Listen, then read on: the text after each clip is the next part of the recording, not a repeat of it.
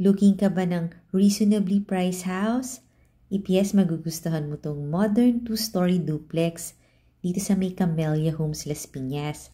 Malapit lang to sa Southville International School. Maluwag yung kanyang vehicle carport. At eto na nga ang maaliwalas mong living, dining, and kitchen area. Open layout kasi siya. Malapit din to sa Las Piñas Doctors at sa Robinsons Mall.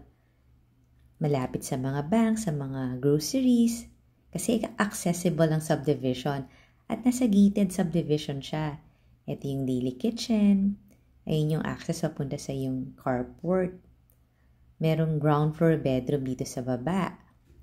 At ito na nga yung pwede mong gawing helper's room, tapos may katabi siyang bathroom. May total of 4 bedrooms itong bahay na to, including yung maid's room. Ang floor area nito nasa 150 square meters. Check natin yung second floor. Meron ditong malaking balcony. Yung price and details nasa description box below the video. Pati yung contact number ko, kaya kung interested ka na natingnan tong bahay na to, tawag ka lang. At dito nga sa second floor yung 3 bedrooms. Unahin na natin tong master bedroom. Spacious siya. Tapos may sarili siyang bathroom. At malaki rin yung bathroom ha. Nandito na rin yung other 2 bedrooms.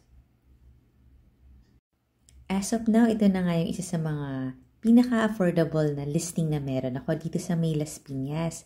Yung price and full details nasa description box below the video. Ito yung common bathroom para sa 2 bedroom.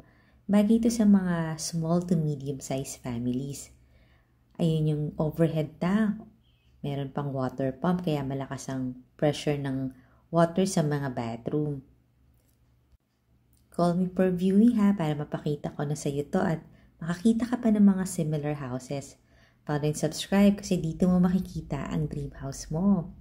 Thank you for watching. Bye!